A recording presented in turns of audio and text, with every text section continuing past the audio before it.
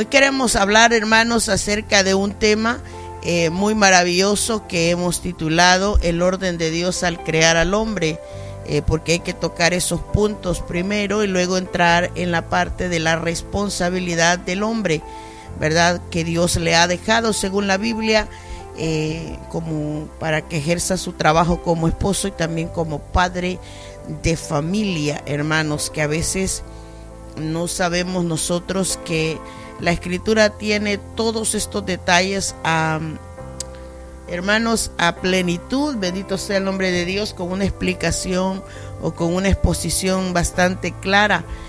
A veces nosotros es que se nos olvida realmente, ¿verdad?, que la Biblia es el manual de Dios para la familia también, para el hombre como persona, como para que ejerza todas sus responsabilidades que debe, porque todos tenemos una responsabilidad.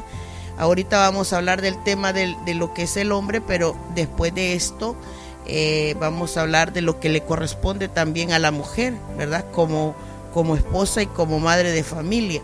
Bendito sea el nombre de Dios. ¿Por qué, hermano? Porque, como le repito, la Biblia es el manual de Dios para la familia, para que la familia funcione bien.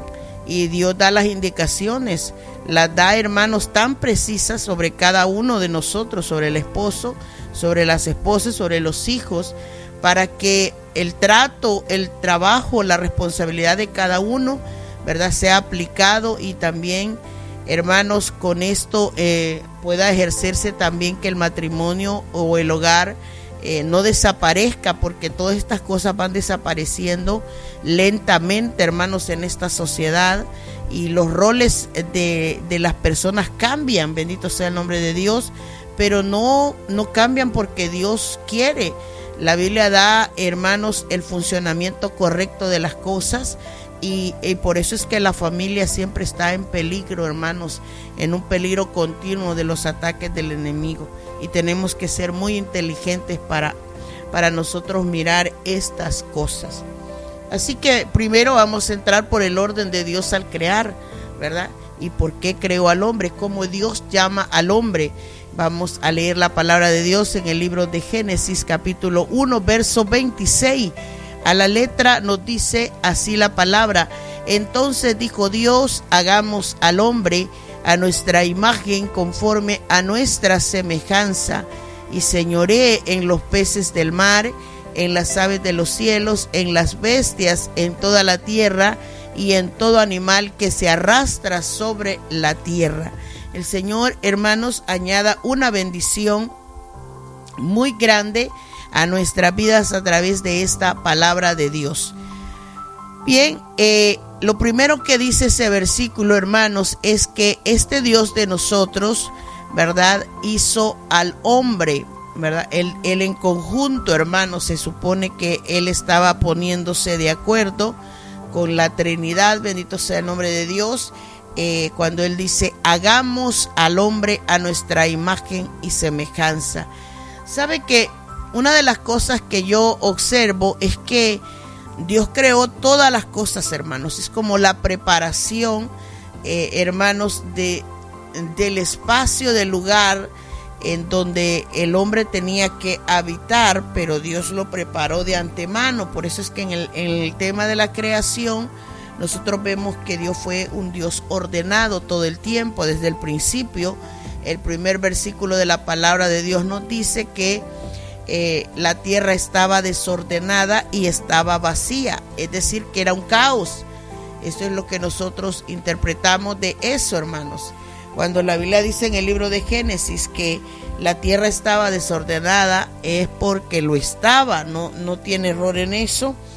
Y lo que vemos también es que al estar desordenada también estaba vacía, no tenía absolutamente nada, sino que la Biblia describe que lo único que había sobre la tierra era tinieblas. Bendito sea el nombre de Dios, que eran oscuridades. Pero Dios se movía, el Espíritu de Dios, dice, se movía sobre la faz de las aguas, porque Dios siempre ha existido. Por eso la Biblia dice que Él es el principio y el fin.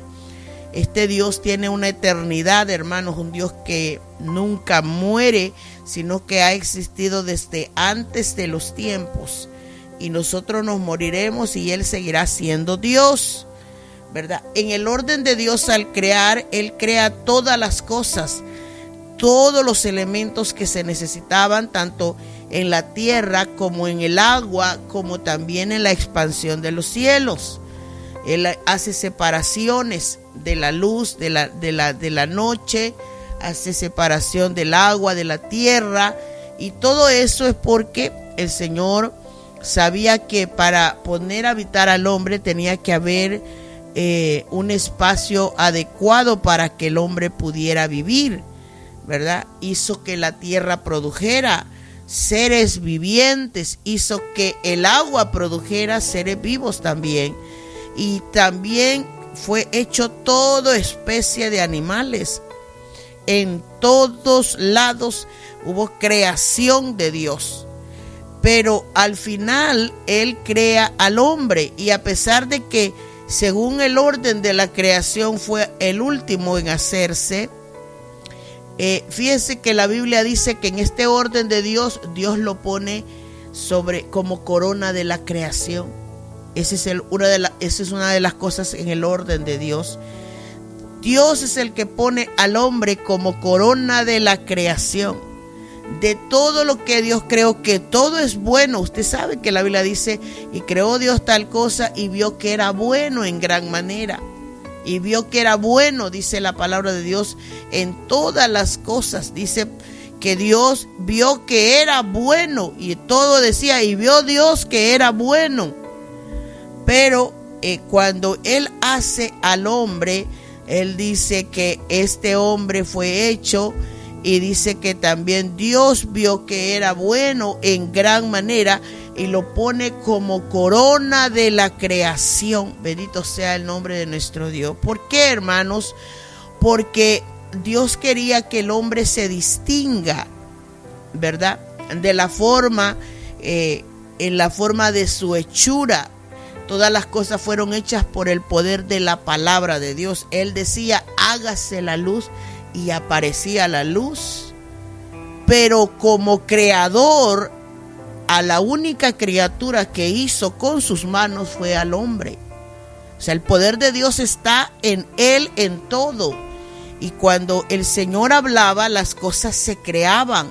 Pero a la hora de crear al hombre, Él dice, hagamos. Es como cuando un artista dice, vamos a hacer un arte, vamos a hacer una pintura. En este caso, el arte era el hombre, la criatura, hermano, era el Dios creador creando a la criatura.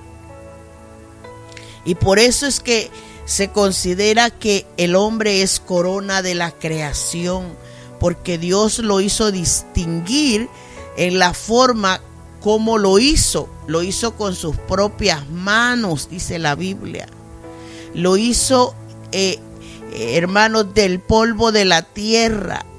Y Él dice que lo hizo, decía ese versículo que leíamos, dice, conforme a nuestra imagen.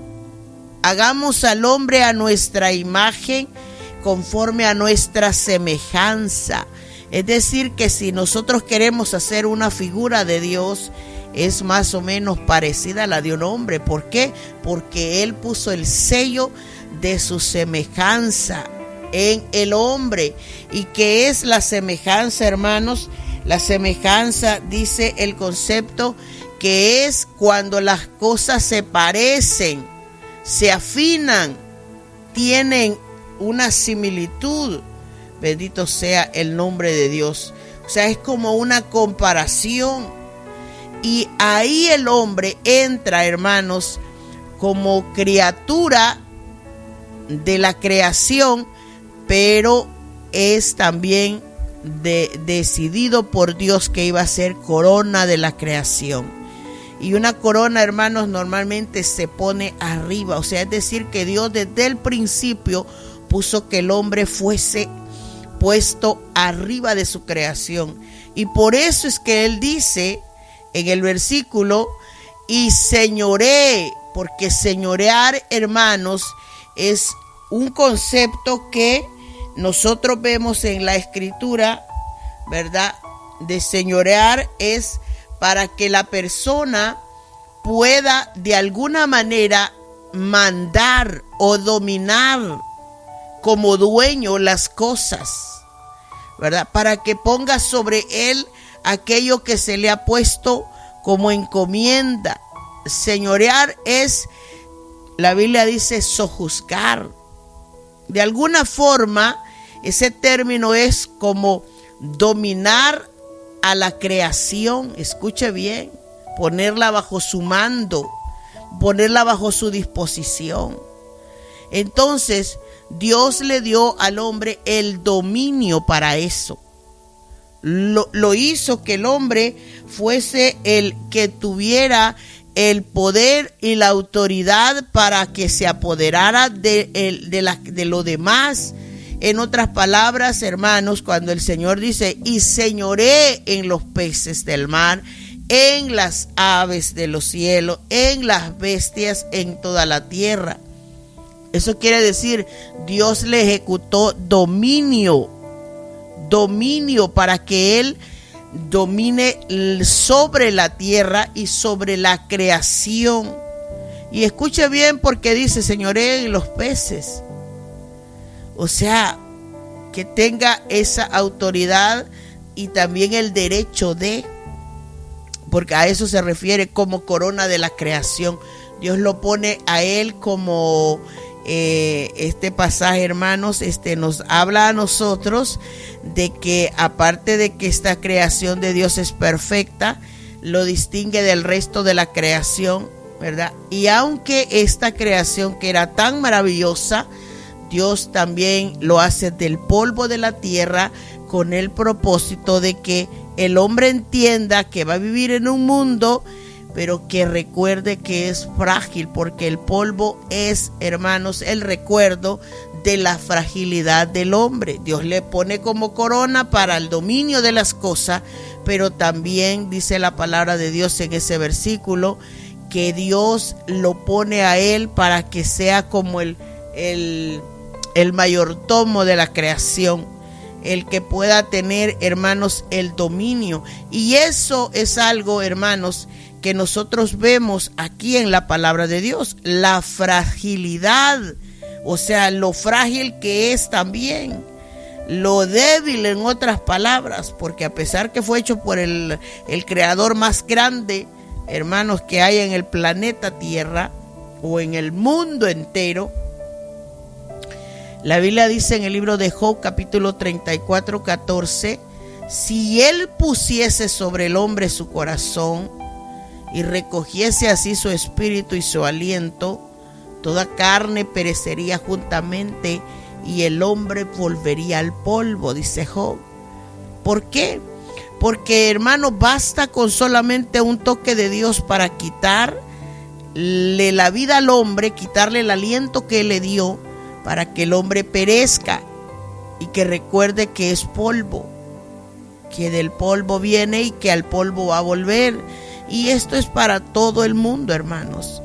Razón tenía el salmista cuando expresaba en el Salmo 8, verso 3, le dice, cuando veo los cielos, obra de tus dedos, la luna y las estrellas que tú formaste, digo, ¿qué es el hombre para que tengas de él memoria y el hijo del hombre para que lo visites? ¿Por qué, amados hermanos? Porque en realidad cuando el salmista dice, veo a los cielos, veo la obra de tus dedos. ¿Por qué? Porque él sabía de que todo lo que estaba en el cielo, tanto la luz, tanto las estrellas, todo lo que miraba en el firmamento, él sabía que había sido una obra creadora de Dios. Y le dice, y veo estas cosas que tú formaste. Me pregunto, dice el salmista, ¿qué es el hombre para que tengas de él memoria? Para que tengas de él en cuenta, porque tener memoria, hermanos, es tener la facultad, escuche bien, de tenerlo presente. ¿Qué es lo que pasa con la memoria? Recordamos a la persona. Entonces cuando el salmista le dice a Dios, ¿qué es el hombre para que lo tengas presente en tu cabeza, en tu memoria? Para que lo tengas presente, lo tengas en cuenta. Bendito sea el nombre de Dios. Y en otras palabras, no solamente lo tengas en cuenta, sino que te evoques a Él, que lo visites cada mañana. Porque ¿qué hace la palabra de Dios, hermanos? Que nos dice, ¿y qué es el Hijo del Hombre para que lo visites? ¿Quién cree el hombre que lo visita cada mañana, hermanos? Dios. Dios nos visita, hermanos, regalándonos la vida. Yo no sé si usted ha observado que yo tengo esa palabra en mi boca todo el tiempo, hermano. ¿Por qué? Porque yo reconozco que el hecho de amanecer vivo es un gran regalo de Dios. Es un privilegio que el hombre no merece, pero amanecemos vivos porque Dios nos tiene en memoria. Dios nos tiene en cuenta, bendito sea el nombre de nuestro Dios. Y aparte de eso dice, lo visitas. Bendito sea el nombre de nuestro Dios. ¿Por qué, hermanos, habla de una visita? Porque este Dios de nosotros viene a nuestro encuentro. ¿Qué pasa con una visita? Es un encuentro, una visitación, ¿verdad? Es algo, hermanos, que nosotros vemos literalmente, ¿verdad? Cuando el Señor se manifiesta regalándonos misericordia nueva cada día. Muchos hermanos, muchos amanecen enfermos de gravedad, sin poder hablar, sin poder ver, sin poder oír, sin poder moverse. Pero si usted y yo amanecemos enteros, eso se llama visitación de Dios. A Él es que le place estas cosas. Bendito sea el nombre de nuestro Dios. Por eso es que, ay, hermanos, la creación de Dios para el hombre ha sido algo para mí grandioso, hermanos. Es algo glorioso. Si el hombre no puede percibir este regalo de Dios cada día, no sé qué le puede devolver a Dios. Pero realmente es una apreciación. Con agradecimiento debería salir de nuestro corazón. Con admiración, hermanos, por la obra que Él tiene. En otras ocasiones yo les he dicho, es increíble cómo Dios, hermanos, hace que este cuerpo humano funcione. Bendito sea el nombre de Dios. Dejar todo preparado, hermanos, la noche para dormir, el día para el trabajo, hermano, una vista que no funciona, hermanos, para todas las cosas. Un sistema, hermanos, yo le digo digestivo. Mire cómo nos agarra cada vez que comemos una cosa y otra cosa y otra cosa, y uno dice, ¿a dónde le cabe tanto a este cuerpo? Se pregunta uno. Bueno, la Biblia dice que hay cosas en el mundo que nunca se sacian, entre ellas dejó el estómago. Y uno dice, ¿verdad? Estamos comiendo algo y ya estamos pensando en lo que vamos a comer más tarde, porque acabamos de comer en la tarde del día anterior y en la mañana lo primero que piensa el cerebro es que vamos a comer, porque nunca se sacia. Y cómo este Dios no deja que este cuerpo se dañe, sino que tenga una digestión, hermanos, para que no nos muramos. Bendito sea el nombre de Dios. Mire el caos que se forma cuando el cuerpo tiene un problema. Entonces tenemos que apreciar, hermanos, que estamos en la mano de este Dios creador. Bendito sea el nombre del Señor. Y Dios puso al hombre, hermanos, como corona de su creación. Por esa razón, bendito sea el nombre de nuestro Dios.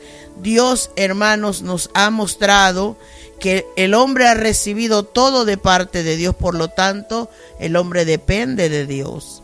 La verdadera gloria que nosotros debemos dar, hermanos, es a Dios por lo que recibimos, por lo que Él es con nosotros. Bendito sea el Señor. Dios lo puso a Adán como un agricultor para que también se enseñoreara de las cosas, para que gobernara, hermanos. Dios permitió que Adán fuera una persona capacitada, ¿verdad?, para que hiciera lo que quisiera con los animales, preguntara todo lo que quería a Dios, ya que lo tenía a disposición, ¿verdad? Y de esta manera nosotros vemos a Dios en su bondad, hermanos, para brindarle no solo sabiduría al hombre, sino que compañía también, ¿verdad? Una compañía, hermanos, que cuando Dios vio que la soledad del hombre, hermanos, era muy grande, el que vio eso fue Dios. No es bueno esto, dijo Dios. Entonces viene y lo pone como administrador de la creación. Lo pone a administrar y le dice: fructificad y multiplicar, llenad la tierra y sojuzgarla, señorear en los peces del mar, en las aves de los cielos, en las bestias que se mueven sobre la tierra. Vuelve y le repite que ese era el propósito de Dios, que el hombre se volviera un administrador de la creación, que pudiera él fructificar, le dijo, ¿verdad? O sea, que volviera de alguna manera a producir frutos de lo que le daba, de lo que lo ponía a administrar, porque eso, hermanos, es el concepto de fructificar, hacer que los árboles pudieran ejercer más frutos, que él tenía que cuidarlos, tenía que hacer rendir aquello, tenía que obtener beneficios del trabajo, tenía que hacer, como dicen, ¿verdad?, hacer producir útilmente los árboles. Y desde entonces, hermano, lo que tiene el hombre es trabajo en su mano. Y la multiplicación tiene que ver con el hecho, hermanos, de que él pudiera hacer que todas las cosas fueran multiplicadas, incluyendo también, ¿verdad?, su familia, multiplicarse como creación, porque la multiplicación es aumentar el número o la cantidad de las cosas, ¿verdad? Y eso era lo que tenía que hacer Adán. Nosotros vemos que en la multiplicación, hermanos, Dios le está pidiendo a este hombre que haga una, o sea, que se incremente, que se multiplique, que se propague la creación. Y hasta el día de hoy eso es de lo que todo el mundo, hermanos, como quedó establecido al principio, así es. Desde entonces el hombre, su afán es la fructificación de la vida y la multiplicación. Por eso es que usted va a ver miles y miles de personas naciendo alrededor del mundo, hermanos, cada día. Y otros también se embarcan en la muerte, porque esto es parte de lo que es el círculo de la vida. Bendito sea el nombre de Dios. Hay un canto maravilloso que compara la vida del hombre como la estación de un puerto de barcos. La Biblia dice que el hombre, ¿verdad?, corto es de días, hastiado de sinsabores, y por la vida dice también que es tan breve, tan corta, que pronto pasa. Y habla de cómo compara con una lanzadera, como la hierba del campo, que en la mañana amanece fresca, en la tarde está como la flor del campo, que en la mañana amanece bonita, en la tarde ya desaparece, como la neblina, que puede estar muy oscuro en cierto momento y no ver nada, y de repente hacer brillar el sol. Con todo eso compara la vida del hombre. ¿Por qué? Porque esta es la parte en la que Dios lo pone como un administrador, y que recuerde también que es frágil. Como también dice la Biblia que pone Dios al hombre en su orden, dice, lo hace un poco menor que los ángeles. Hebreos 2:7 dice, le hiciste un poco menor que los ángeles, le coronaste de gloria y de honra y le pusiste sobre las obras de tus manos. Fíjense que en el ejército de los cielos, porque la Biblia habla de los ejércitos de los cielos, es porque hay allá establecido también en rango, según lo que nosotros entendemos de la Escritura, en su creación, Dios tiene ángeles, arcángeles, serafines, querubines, tiene ángeles. Pero cuando la Biblia dice, le hiciste un poco menor que los ángeles, o sea, que estos seres celestiales que están arriba, dice, un poco menor lo pusiste debajo de ellos. Porque después de la creación celestial, Dios pensó en la creación terrenal. Y mientras los ángeles, hermanos, quizás es el último rango de Dios en el cielo, el primero de la tierra es el hombre. Por eso es que la Biblia dice, le hiciste un poco menor que los ángeles. Le coronaste de gloria y de honra y le pusiste sobre las obras de tus manos. ¿Qué le parece si Dios no hubiera dejado orden en esto? ¿Qué pasaría si no hubiera dejado orden en su creación? Imagínense que Eva también quizás hubiera tomado la decisión de decir, bueno, yo voy a hacer aquí lo que yo quiero y tú lo que tú quieres. Dios dejó establecidos los roles desde el principio. Por eso es que la Biblia dice, le coronaste, o sea, le diste una autoridad a él de honra a esta persona, que en este caso es el hombre. Por eso 1 Corintios 11:3 dice, pero quiero que sepáis que Cristo es la cabeza de todo varón, y el varón es cabeza de la mujer y Dios la cabeza de Cristo. Este versículo se lo mencioné el primer día que le empecé a dar estas enseñanzas, para que mostremos que la autoridad que el hombre tiene fue Dios quien se la dio. En su orden le dijo, esto va a ser así. Dios sobre Cristo, Cristo sobre el hombre y el hombre sobre la mujer. Cuando se irrespeta este orden, créame lo que se va a volver un caos. Se va a poner feo, bendito sea el nombre de Dios, porque Dios tiene un orden. Dios lo pone al hombre como corona de su creación, como administrador de la creación, lo hace un poco menor que los ángeles y luego le da autoridad. 4 cosas, hermanos, que hay sobre la vida del hombre, dadas por Dios, dadas por el Señor. Y nosotros tenemos que mirar estas cosas con entendimiento, bendito sea el nombre de nuestro Dios. ¿Por qué? Porque estas cosas, en este tiempo que vivimos, se le quiere quitar esa autoridad a los hombres. Se le quiere invalidar su autoridad, se le quiere pisotear. Créame que en el mundo hay muchas mujeres que miran al hombre, como dicen muchas veces con expresiones tan horribles, como trapo viejo, y lo quieren pisotear y lo quieren devaluar. Pero la verdad es que quien le ha dado esa autoridad al hombre fue Dios. En el orden que él establece le dice, tú serás autoridad. Te he hecho un poco menor que los ángeles. Son rangos de autoridad, de dominio, de poder, hermanos, que se necesita la sabiduría de Dios para poder entender por qué razón, hermanos, el hombre debe tomar su lugar en el hogar. ¿Por qué el hombre debe ser cabeza de hogar? ¿Por qué el hombre debe, hermanos, ser un buen administrador? Porque para eso lo puso Dios. Este Dios lo hizo con la capacidad para hacerlo de esta manera, para que luego ejecute sus propias responsabilidades.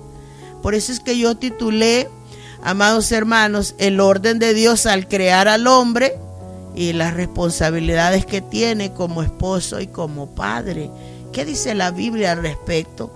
Porque después de Dios darle este orden a él, dice, bueno, ahora tienes responsabilidades. ¿Y qué es una responsabilidad, amado hermano? Es la obligación que tiene el hombre para responder de algo o por alguien, ¿verdad? La responsabilidad es el cuidado y la atención en lo que hace o en las decisiones que toma. Se cree que una persona responsable se le llama responsable porque cumple, porque es una persona seria, porque es una persona sensata, porque tiene juicio, es juicioso. Entonces, ¿el hombre tiene responsabilidades? Claro que sí. Y la Biblia describe cuáles son esas responsabilidades. Y yo le quiero mostrar por la palabra de Dios cuáles son esas responsabilidades que tiene el hombre como esposo. Y luego le daré las responsabilidades que tiene como padre. Bendito sea el nombre de Dios. Como esposo, el hombre, su responsabilidad es ser cabeza de la esposa. Ya le leí Corintios 11:3, que el hombre es puesto para que sea cabeza de la mujer. Es una autoridad que yo le decía a usted, es una autoridad que debe tener el hombre en casa. La voz del hombre es muy importante en el hogar. La manera en que dirige el hogar es importante. La mujer, cuando toque hablar de la responsabilidad de la mujer, le voy a hablar de qué manera la esposa debe someterse o sujetarse al esposo. Hoy le estoy hablando de que el hombre es cabeza, es autoridad. Fíjese que hasta en la anatomía biológica del ser humano, la cabeza está arriba. ¿Qué le parece a usted si a Dios se le hubiera ocurrido poner la cabeza pegada en una mano? Se miraría horrible el ser humano, porque la cabeza está puesta arriba. Biológicamente hablando, hermanos, está arriba. Arriba de la cabeza lo que tenemos es aire. Lo primero del ser humano es su cabeza. Porque hasta en eso Dios da a entender que todo tiene un orden. Y la Biblia dice, el varón es cabeza de la mujer. Está hablando de una autoridad. Está hablando de que el hombre es pensante. El hombre es puesto para que piense. Sabe que el cuerpo obedece de acuerdo a lo que la cabeza piensa.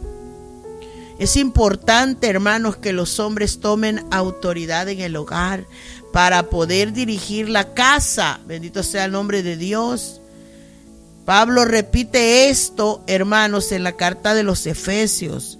El marido es cabeza de la mujer. Efesios 5:23, porque el marido, dice, es cabeza de la mujer, así como Cristo es cabeza de la iglesia, la cual es su cuerpo y Él es su Salvador. Hace una comparación también del orden que hay en la Trinidad. Sabe que nada en Dios está en desorden.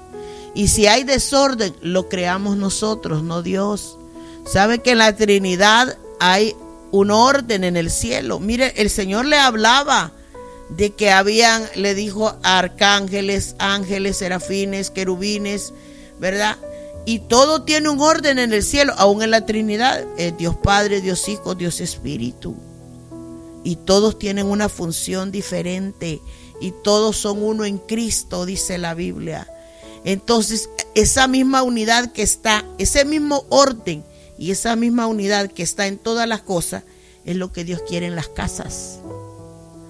Cuando se respeta esto, está garantizado la aprobación de Dios. Dios va a estar en esa casa, Dios va a estar en ese hogar. Bendito sea el nombre de Dios. Un hogar donde manda la mujer está en desorden y va a tener caos tarde que temprano. ¿Por qué? Porque el que estableció que la autoridad era el hombre fue Dios, no fue el hombre mismo. Dios lo puso ahí. Bendito sea el nombre de Dios. Y una de sus responsabilidades es ejerce esa autoridad que te dio Dios. Si algún hombre me está escuchando, algún hermano en Cristo, si algún amigo llega a escuchar esto es bíblico. Y la palabra de Dios son los mandatos de Dios. Es la voz de Dios hablándonos. Pero muchas veces nosotros somos los que hacemos caso omiso de la voz de Dios. No queremos escuchar la voz de Dios. Pero todo tiene un orden en el Señor, incluyendo lo que debe hacerse en la tierra. Y una de las cosas que el hombre debe hacer, tome su autoridad y sea cabeza de hogar. Si hay un desorden en el hogar, ponga orden, porque ese es su trabajo. Bendito sea el nombre de nuestro Dios. Pareciera mentira, pero esto es pura palabra de Dios, hermanos. Y esa es una parte que se ha perdido. Sabe que ahora el sacerdocio, no solo en el mundo, muchas veces hasta en los hogares cristianos está al revés.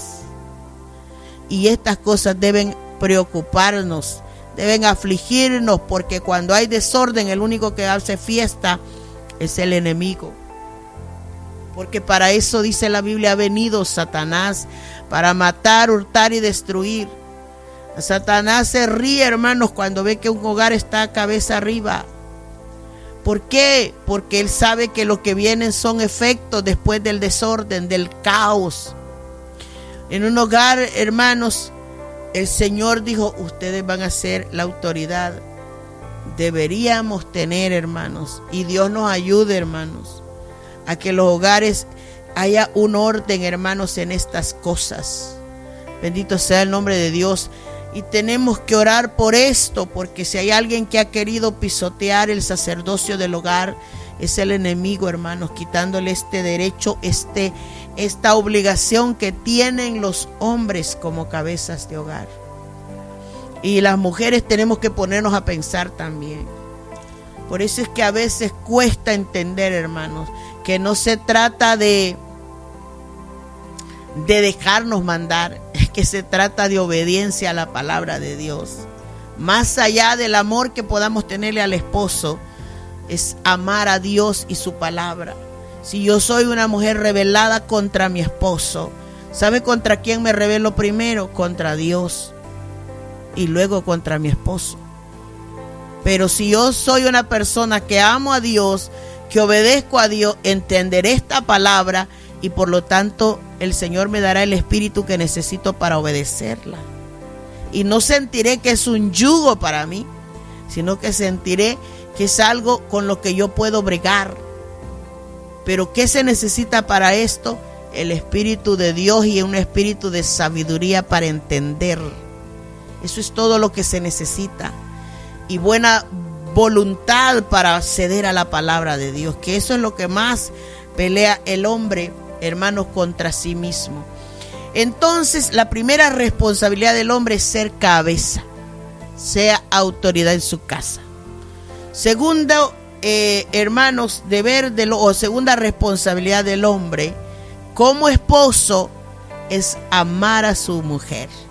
Sí, tiene que tener un amor genuino por su esposa. ¿Quién lo dice? La palabra de Dios. Efesios 5:25 dice: maridos, amad a vuestras mujeres, así como Cristo amó a la iglesia y se entregó a sí mismo por ella.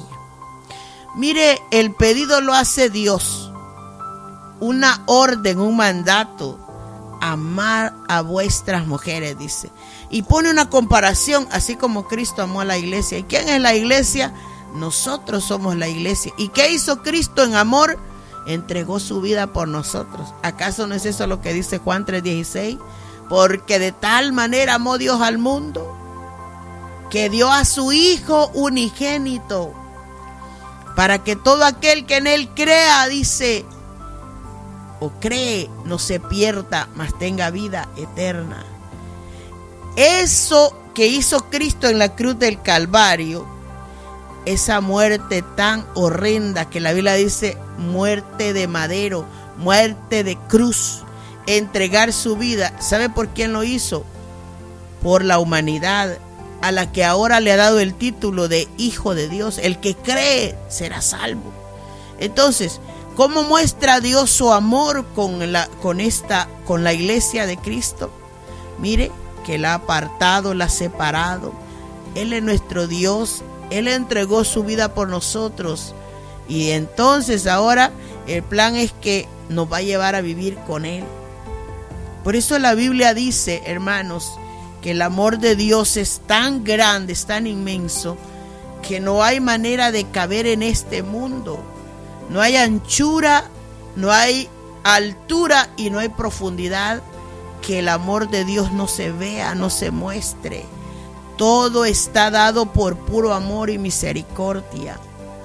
Entonces imagine qué clase de amor tuvo Cristo por la iglesia. Y ahora le dice a los hombres: marido, amen a sus mujeres, así como Cristo amó a la iglesia. ¿Qué quiere decir eso? Entréguese por ella. En amor, bendito sea el nombre de Dios. En amor, amar, hermanos, es uno de los sentimientos más hermosos que hay. Bendito sea el nombre de nuestro Dios. Y yo creo, hermanos, que desde el momento que un jovencito está enamorado de alguna niña, desde su niñez, ese sentimiento que siente, ¿verdad?, de buscar o de encontrar a su otra mitad, ¿verdad? Ese deseo que tiene la persona de unirse. ¿Sabe cuál sentimiento es lo que mueve a la persona? El sentimiento del amor. Esa atracción que siente, hermanos, ese deseo que tiene de unirse con la otra persona. Está buscando un complemento en su vida. Ese complemento le da alegría, le da energía para poder vivir. Lo lleva a que hasta el mudo tiene que hablar. ¿Por qué? Porque hay historias, hermanos, en la familia, que muchas veces, hermanos, eso que movió al principio las cosas, ese sentimiento que la gente sintió cuando estaba buscando, cuando encontró, cuando se unió, ¿verdad? Ese cariño, esa pasión que sentía por esa persona, esa llama no debe morirse. ¿Por qué? Porque lo que yo le predicaba a usted el miércoles, el matrimonio es irrevocable, no es para cuando el tiempo que yo quiero y te dejo. Eso es lo que está pasando ahora con los matrimonios, la desechabilidad. Ya dejé de amarte, te dejo, te abandono, te dejo tirada. Y yo le decía a usted que la gente pone de excusa, se acabó el amor. Pero no, hermanos, eso es lo que más debe avivarse dentro del hogar. El amor, bendito sea el nombre de Dios, porque amar es una responsabilidad del hombre, del marido para su mujer. En el hogar no se puede dar el lujo de que si algo está fallando, estar descuidado. Escuche bien. El amor es casi, bueno, lo comparan como cuando una plantita, ¿verdad? Si nosotros sembramos una planta, ¿la vamos a dejar abandonada ahí? Claro que si la abandonamos se va a morir. Pero si me gusta la planta y me acuerdo, esta planta hoy necesita agua, y va y la riega, esa planta, sus hojas se le van a poner bonitas, brillantes, verdecitas. Pues más o menos eso es lo que necesita cada esposa cada día. Que el marido se acuerde, hermanos, de darle un cariñito. La gente deja de abrazarse, la gente deja de darse un besito, la gente deja de decirle algo bonito en el oído a la esposa porque son descuidados. Pero la Biblia dice, maridos, amad a vuestras mujeres. Y el amor es una manifestación, hermano. El amor en sí es una manifestación. Viera que yo creo y espero yo, ¿verdad?, que le esté hablando a una audiencia normal y regular, porque no somos de esas mujeres que necesitamos que nos regalen un carro para pensar que nos aman. Que las mujeres multimillonarias el amor se les demuestra regalándoles carros Rolls Royce o qué sé yo, esas marcas finas, hermano, y que joyas que valen miles y millones de dólares. Nosotros no, si con una cosita bonita que nos digan en el oído nos dejan loquitas, hermano. ¿Por qué? Y ya me voy a poner a reír. Porque si usted supiera, si hay algún hombre escuchándome, las mujeres no necesitamos de mucha cosa. Simplemente que haya respeto, que haya consideración y que haya, hermano, aunque sea una palabra de estimación.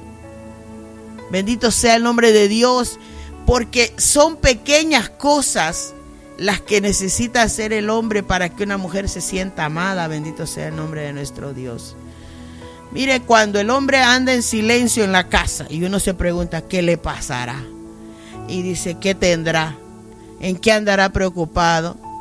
Porque el hombre se enfrasca en el asunto y anda caminando y se le ve la cara. Uno les nota la cara a los esposos, hermana, cuando andan todos serios.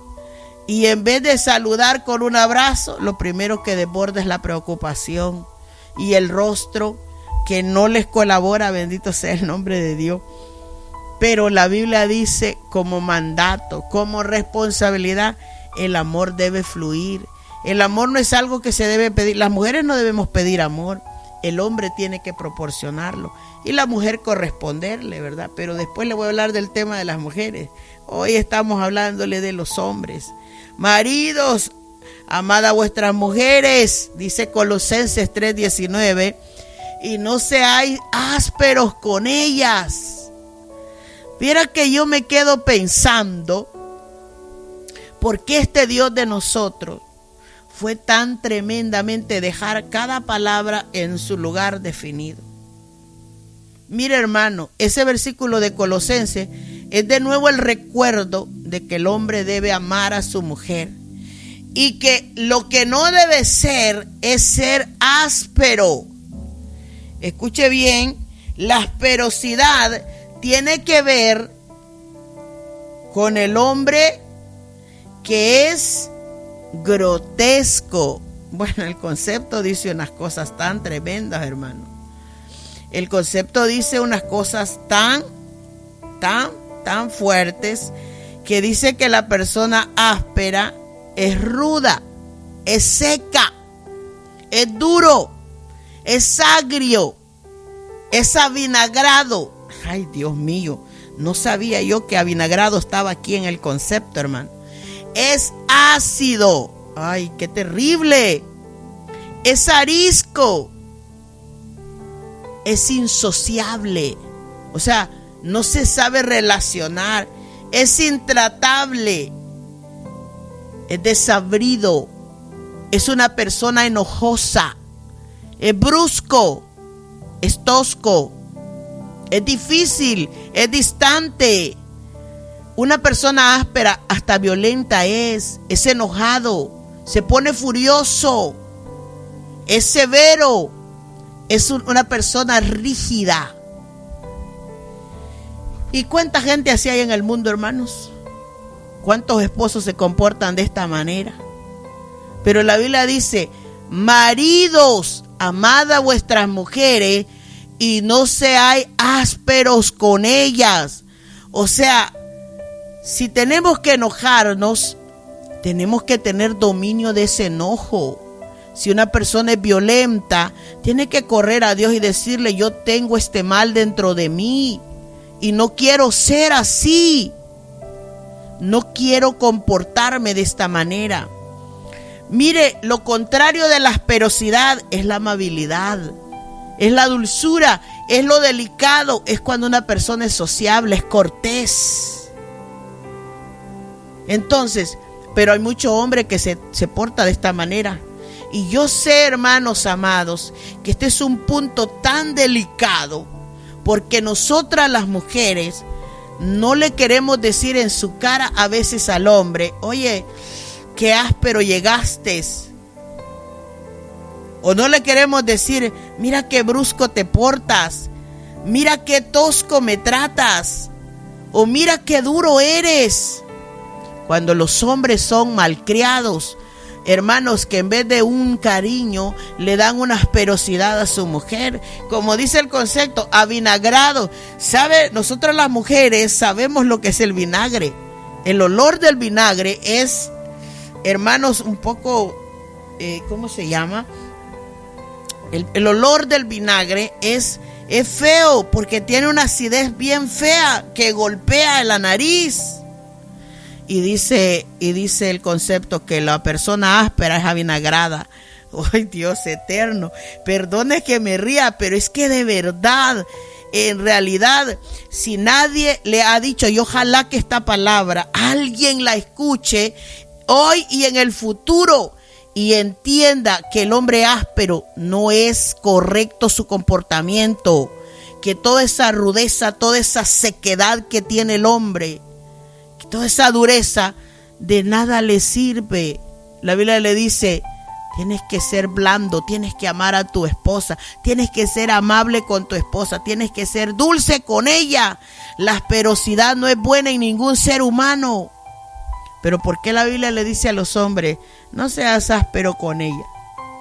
Porque hay de este tipo de hombres en el mundo. Hay hombres difíciles, hermano. Hay hombres ácidos.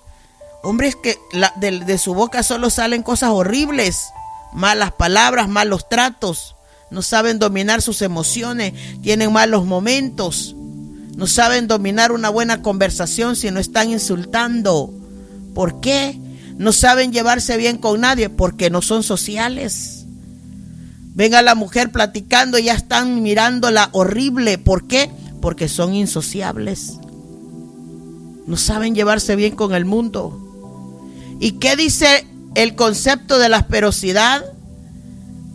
Que le falta suavidad, dice.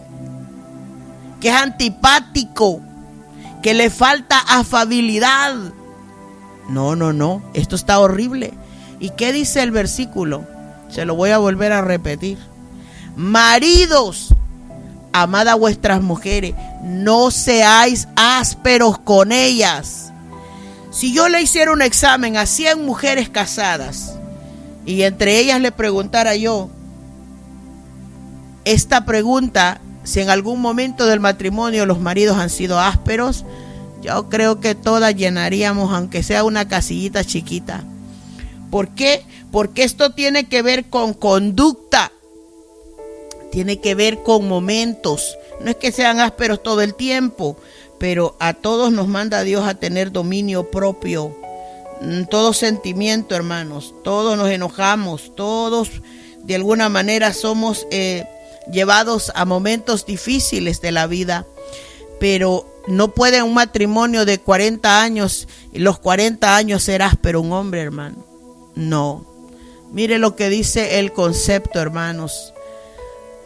Al áspero le falta suavidad, al áspero le falta amabilidad.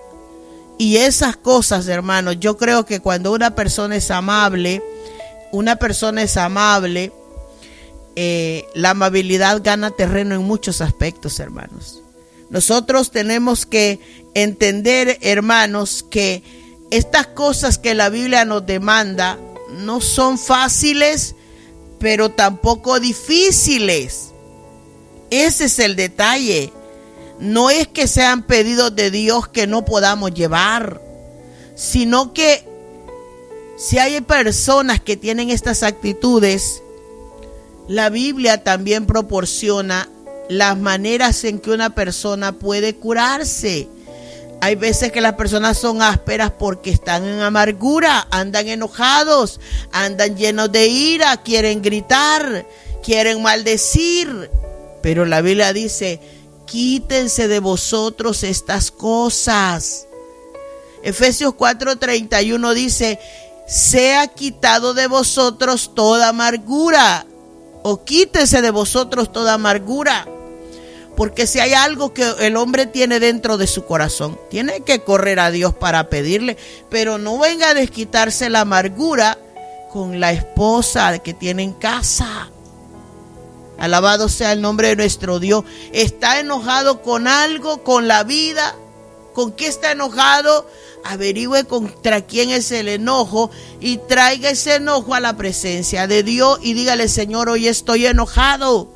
Pero no se vuelque ese enojo contra el que no la merece. Y sabe, la Biblia dice que la asperosidad viene de estas cosas.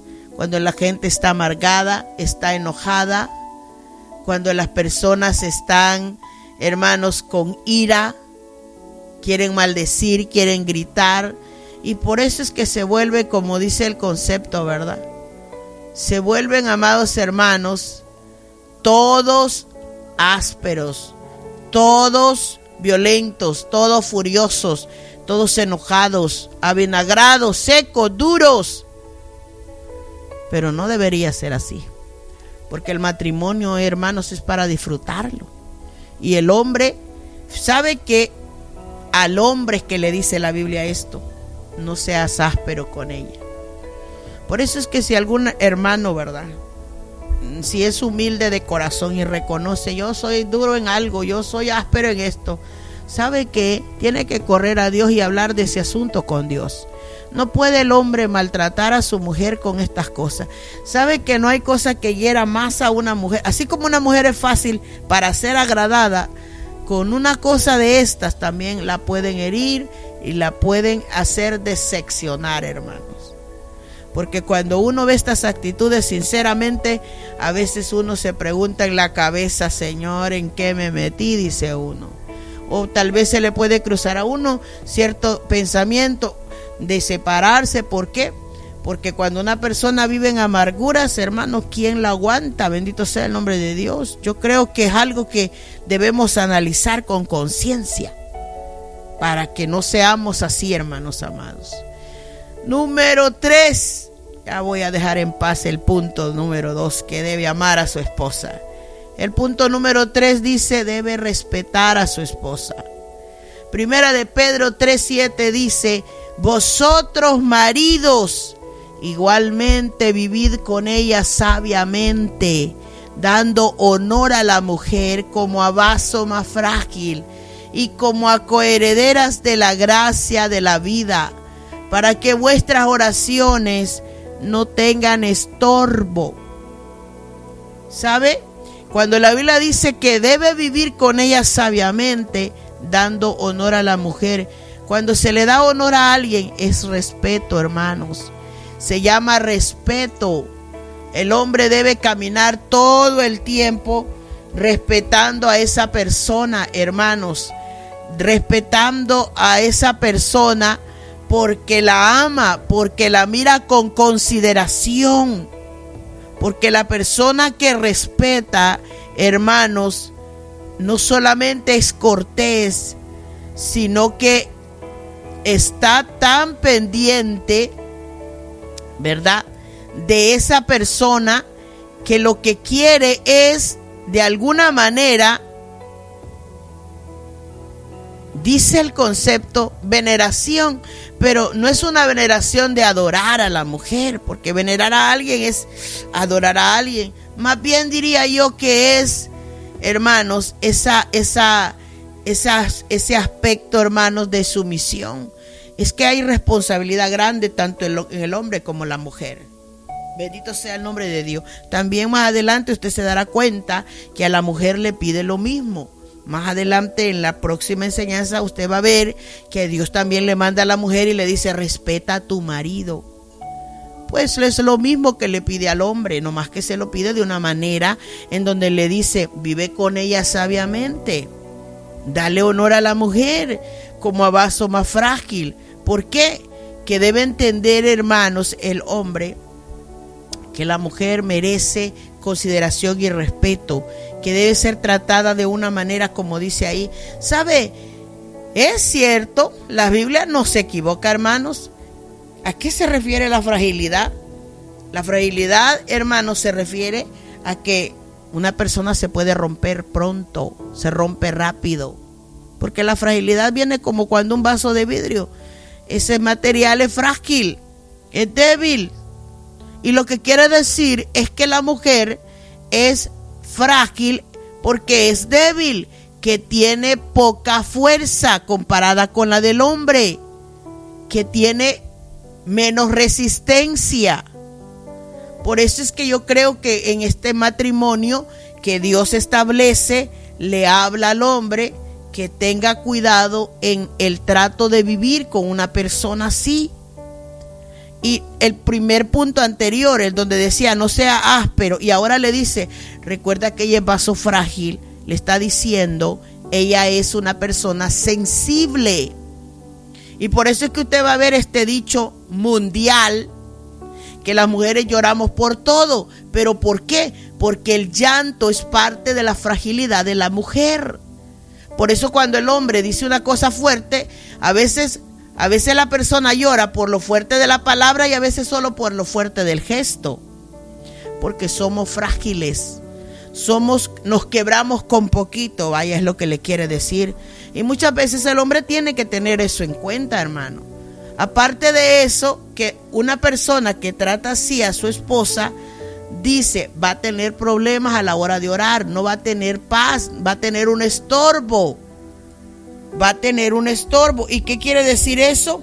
Que no va a tener tranquilidad, va a tener un obstáculo, va a tener algo que le impida, algo que le molesta.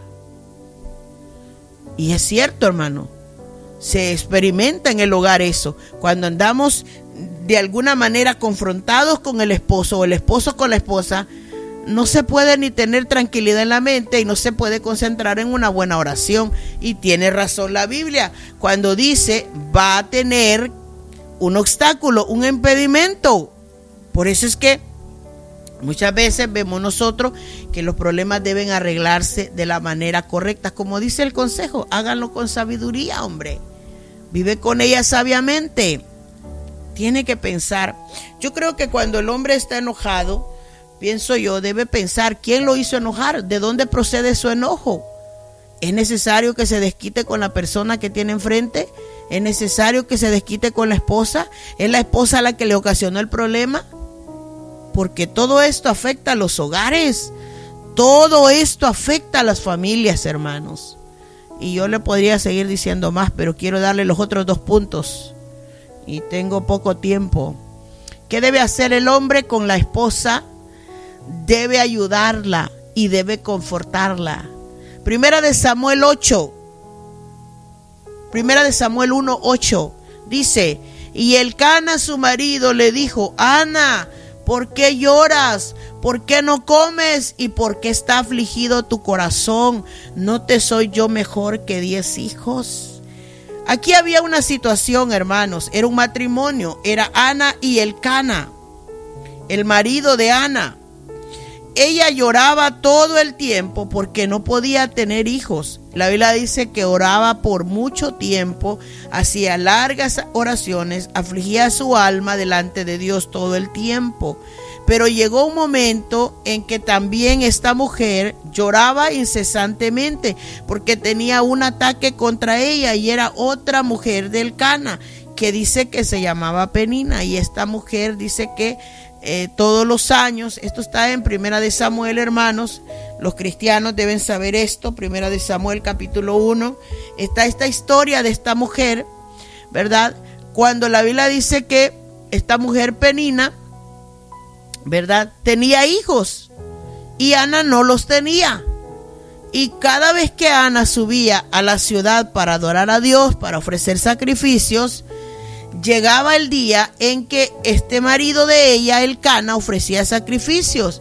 Y a la hora de repartir, dice que como los sacerdotes le daban de lo que había a su familia, Elcana le daba a Penina a su mujer, le daba a los hijos, le daba a las hijas la parte que les correspondía.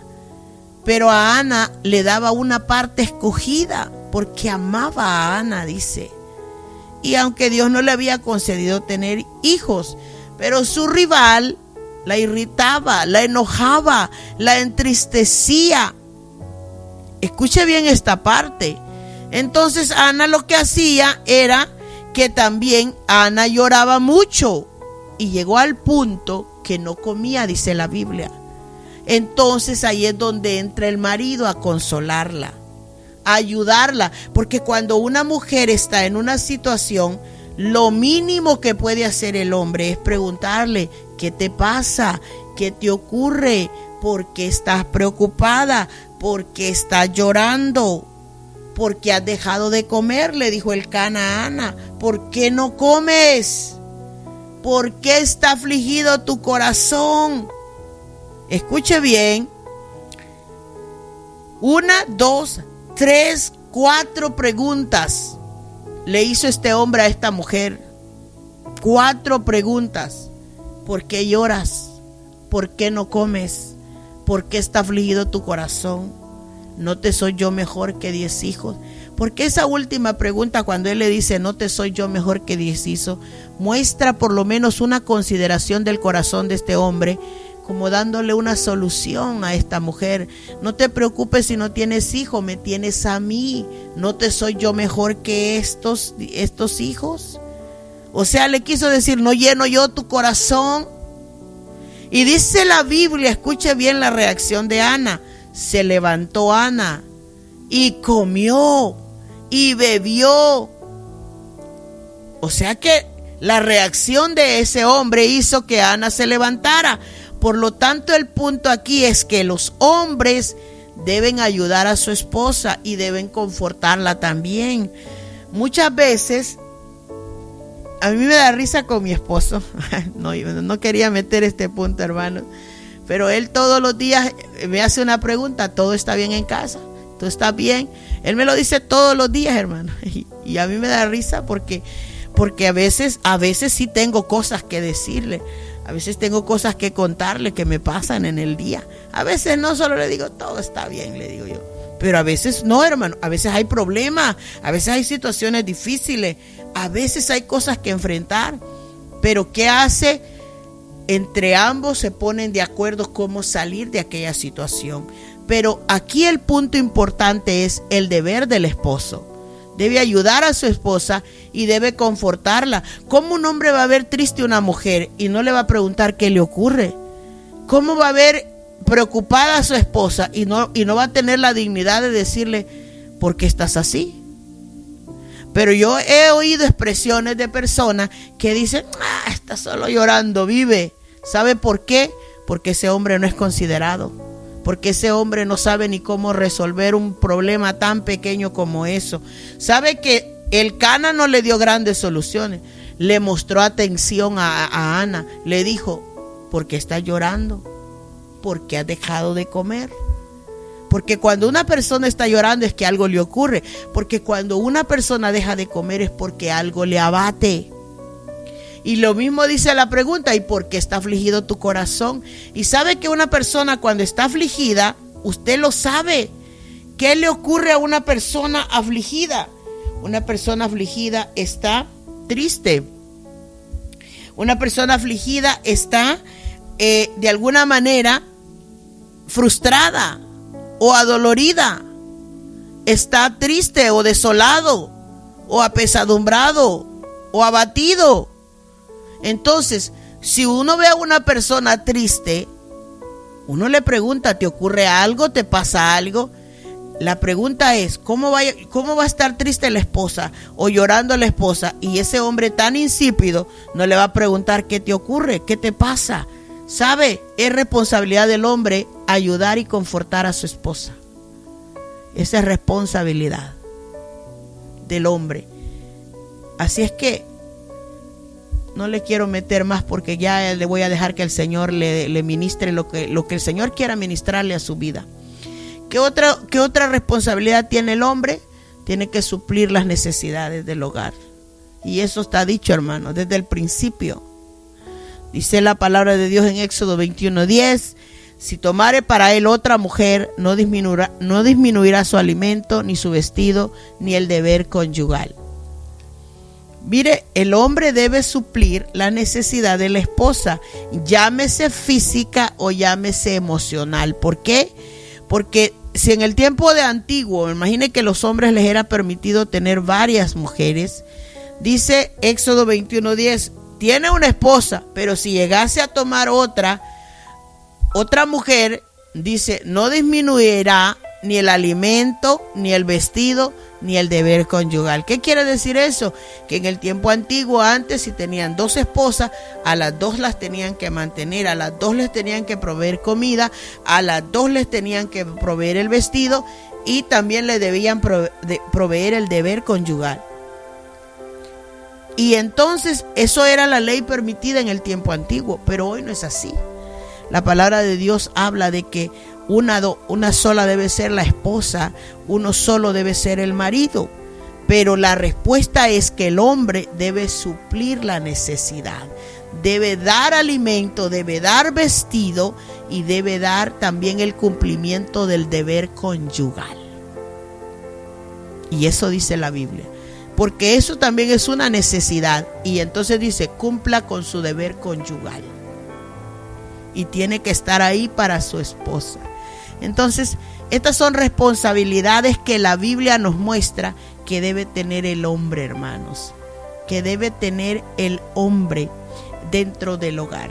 Esto es orden de Dios. Estas son responsabilidades asignadas por el Señor para los hombres. En una próxima enseñanza tengo pendiente darle, hermanos, los privilegios o los beneficios que obtiene el hombre de todo esto, ¿verdad? Y se lo vamos a predicar en la próxima enseñanza y luego vamos a entrar cuál es el orden de Dios al crear a la mujer, cuáles son las responsabilidades de la mujer y también cuáles son las responsabilidades para que sea esposa y madre. Mire que me queda pendiente para la próxima enseñanza las responsabilidades del padre, del hombre como padre. Hoy le prediqué solo las que son como esposo. Y le vamos a dar lo que resta de esta enseñanza para que podamos disfrutarla lentamente. Pero ya le prediqué el día de hoy. Hermanos amados, el hombre es cabeza de la esposa, debe amarla, debe respetarla, debe ayudarla y confortarla y debe suplir sus necesidades de alimento, de vestido y de su deber conyugal. Vamos a dejar aquí esta enseñanza agradeciendo a Dios, hermanos, y que el Señor le dé a usted el entendimiento para que entienda lo que el Señor quiere que usted comprenda. Vamos a orar. Padre y buen Dios que está en los cielos, damos gracias porque usted es bueno, es grande, es maravilloso, suyo es el poder y suya es la gloria. Su palabra ha quedado establecida para que nosotros podamos aprender de ella, a obedecer ella, a meditar en ella, cuáles son sus designios y sus voluntades para con el hombre. Este tema de la familia, Señor, es muy importante. Necesitamos nosotros comprender cuál es nuestro papel, cuál es nuestra situación. Ayúdenos para poder comprender estas cosas y ir a la presencia suya a pedir el socorro oportuno cuando se presente, Dios mío, la necesidad de las dificultades, cuando se presente la necesidad de las afrentas, de los problemas, de los momentos difíciles, que también sepamos, Dios mío, actuar con sabiduría. Bendiga a cada hombre de Dios, bendiga a los pastores, bendiga a los hijos suyos, para que también el hombre, aunque no tenga conocimiento de Dios, comprenda que esto también es una verdad. Deje que la luz alumbre el entendimiento de los hombres para que puedan, oh Dios mío, entender estas cosas. Se lo pedimos en el nombre de Jesús. Amén y amén. Bendito sea el nombre de nuestro Dios. Vamos a dejar un canto, hermanos. Es un placer, dice este canto.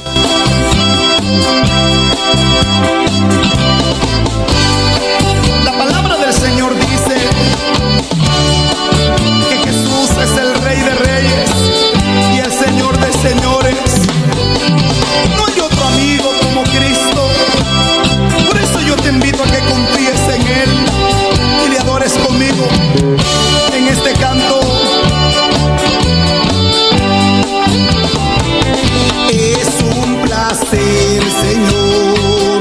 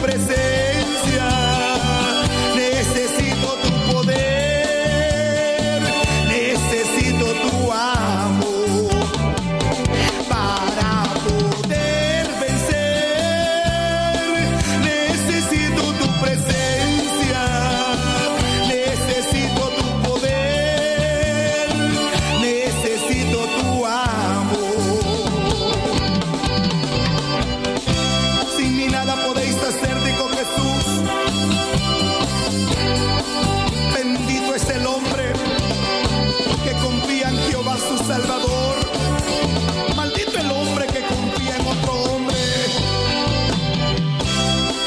pero benditos son aquellos que han puesto en Jehová su confianza.